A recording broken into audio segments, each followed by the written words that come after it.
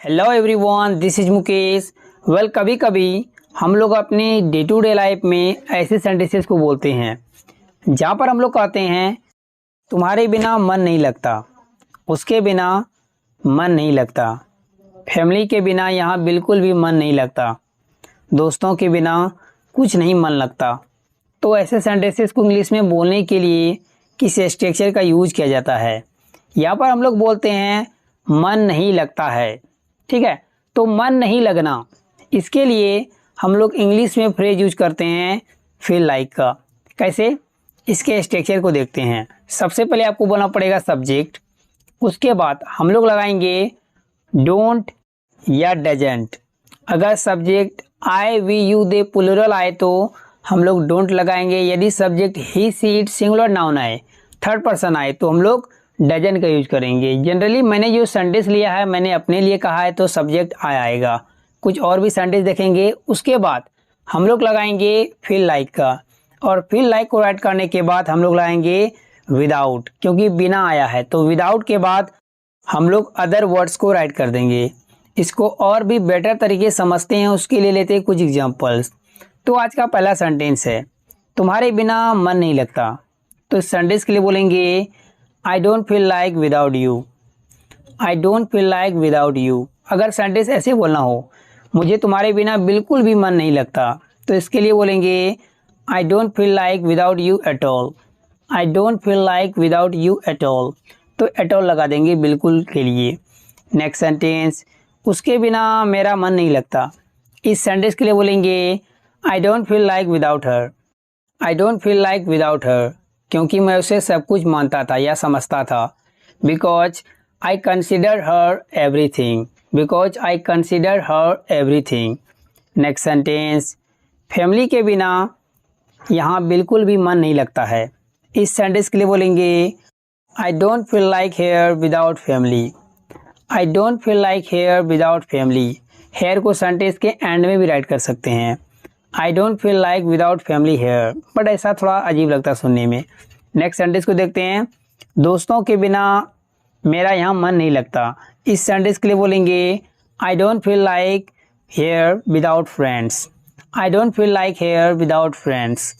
Next sentence, उसका मेरे बिना मन नहीं लगता। इस सेंटेंस के लिए बोलेंगे he doesn't feel like without me. He doesn't feel like without me. Hey guys, इसी जुड़े मैं आपको एक संदेश दे रहा हूँ, उसको ट्रांसलेट कीजिए, ऐड कीजिए कमेंट बॉक्स में। If you make any mistake then I will correct it. दोस्तों वीडियो कैसी लगी थी, अच्छी लगी थी लाइक कर दीजिए, मेरे चैनल को सब्सक्राइब कर ले और बेल आइकॉन को हिट कर ले ताकि मेरा रोज आने वाले वीडियो की नोटिफिकेशन बिल्कुल टाइम पर मिलती रहे। Thanks for watching my friends and don't forget to share this video. Bye bye. Hey guys, this is Mukesh. कभी कभी आप लोगों को इंग्लिश में इस तरीके के सेंटेंसेस को बोलने पड़ते होंगे जहाँ पर आप लोग कहते होंगे तुमने मुझे गलत समझ लिया, या तुमने मुझे गलत समझा, उसने मुझे गलत समझ लिया, मैंने तुम्हें गलत समझ लिया या मैंने तुम्हें गलत समझा, मेरे फैमिली ने तुम्हें गलत समझ लिया या गलत समझा। तो ऐसे सेंटेंसेस को इंग्लिश में बोलने के लिए किस स्ट्रक्चर का यूज किया जाता है। तो यहाँ पर जो फ्रेज यूज हुआ है गलत समझ लेना किसी को, तो इसको इंग्लिश में बोलते हैं get someone's wrong. Get someone wrong. इसको स्ट्रक्चर को देखते हैं। सबसे पहले राइट करेंगे सब्जेक्ट। सब्जेक्ट को राइट करने के बाद हम लोग लगाएंगे गॉट, क्योंकि पास्ट में कह रहे हैं। टेंसेस के अकॉर्डिंग टू आप यूज कर सकते हैं गेट का। गेट को बदल सकते हैं गेट्स, गेटिंग, गॉट, इस तरीके से। उसके बाद यहाँ पर हम लोग पास्ट इंडेफिनिट टेंस में सेंटेंस बोल रहे हैं, पास्ट की होने वाली बात, कोई किसी को गलत समझ लिया। तो गॉट को राइट करने के बाद लगाएंगे उस ऑब्जेक्ट को जिसको समझा गया है गलत। उसको नाउन हो सकता है या ऑब्जेक्टिव केस हो सकता है। मुझे तो मी, उसे तो हिम, उन लोगों को तो देम, पापा को तो डैड, मॉम, जिसको भी गलत समझा उसको राइट कीजिए और लास्ट में लगा दीजिए रॉन्ग। ठीक है, फिर भी कोई वर्ड बचा तो लास्ट में राइट कीजिए, अदरवाइज सेंटेंस आपका यहीं पर एंड हो जाएगा। इसको और भी बेटर तरीके से समझने के लिए कुछ एग्जाम्पल्स देखिए। तो आज का पहला सेंटेंस है तुमने मुझे गलत समझ लिया या तुमने मुझे गलत समझा। तो इस सेंटेंस के लिए बोलेंगे you got me wrong. You got me wrong. Next sentence, उसने मुझे गलत समझ लिया या उसने मुझे गलत समझा। तो इस सेंटेंस के लिए बोलेंगे ही गॉट मी रॉन्ग। समझने वाला वो कैसे समझा मुझे, तो he got me wrong. Next sentence, मैंने तुम्हें गलत समझ लिया या गलत समझा। तो इस सेंटेंस के लिए बोलेंगे आई गॉट यू रॉन्ग, मैंने समझा तुम्हें, I got you wrong. Next sentence, मेरे फैमिली ने तुम्हें गलत समझ लिया, तो इस सेंटेंस के लिए बोलेंगे my family got you wrong, my family got you wrong. अगर प्रेजेंट इंडेफिनिट में बोलना हो वो मुझे गलत समझ लेता है, तो इस सेंटेंस के लिए बोलेंगे he gets me wrong, he gets me wrong, वह तुम्हें गलत समझ लेगा, तो इस सेंटेंस के लिए बोलेंगे he will get you wrong, he will get you wrong. आप टेंसेस के हिसाब से इसको यूज कर सकते हैं। गाइज इससे जुड़े मैं आपको एक सेंटेंस देता हूँ, इसको ट्रांसलेट कीजिए कमेंट बॉक्स में। If you make any mistake then I will correct it.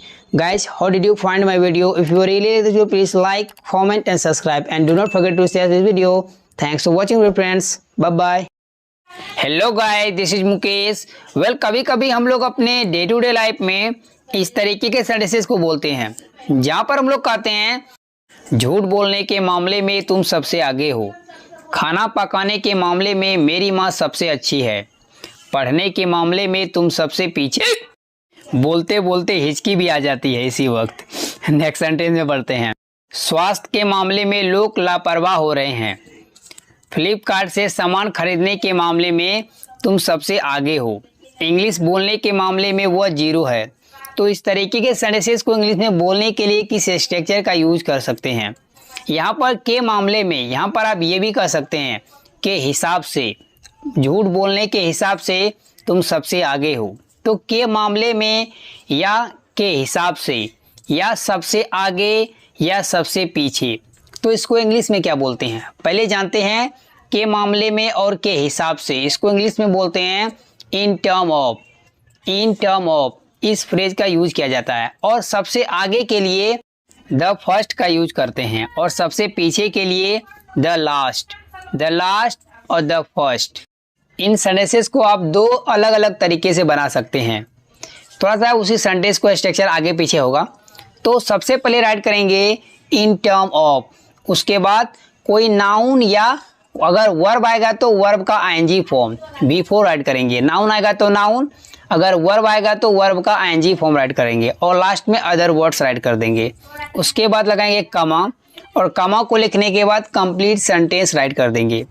यदि आप चाहे तो सेंटेंस को पहले लिखिए और उसके बाद लगा दीजिए इन टर्म ऑफ कोई नाउन या वर्बल नाउन बिफोर ऐड करेंगे और लास्ट में अदर वर्ड्स। याद रखिएगा यदि आप इन टर्म ऑफ का यूज स्टार्टिंग में कर रहे हैं तो आपको जो है वहाँ पर सेंटेंस को एंडिंग होने के बाद एक कमा राइट करना पड़ेगा और कमा लिखने के बाद सेंटेंस राइट करना पड़ेगा। तो आइए देखते हैं कुछ सेंटेंसेस ताकि आपको ये स्ट्रक्चर और भी बेहतरीन तरीके समझ में आ जाए। तो आज का पहला सेंटेंस है झूठ बोलने के मामले में तुम सबसे आगे हो। तो इस सेंटेंस के लिए बोलेंगे in term of telling a lie you are the first, in term of telling a lie you are the first. You can also say you're the first in term of lying, you're the first in term of lying।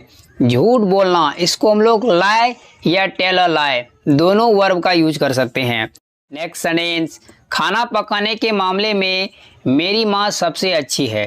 तो इस sentence के लिए बोलेंगे in term of cooking food my mother is the best, in term of cooking food my mother is the best या my mother is the best in term of cooking food.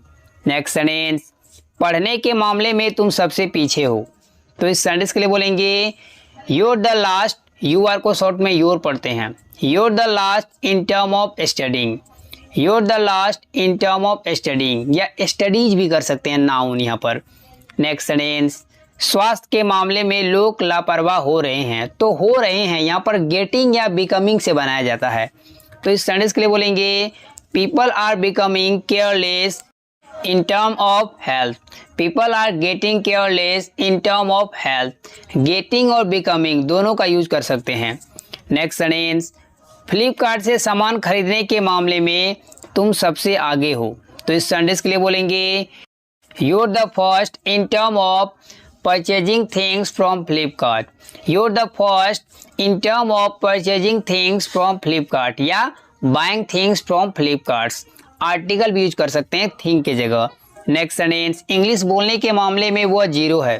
तो इस sentence के लिए बोलेंगे he is poor in term of speaking English, he is poor in term of speaking English या in term of speaking English he is poor.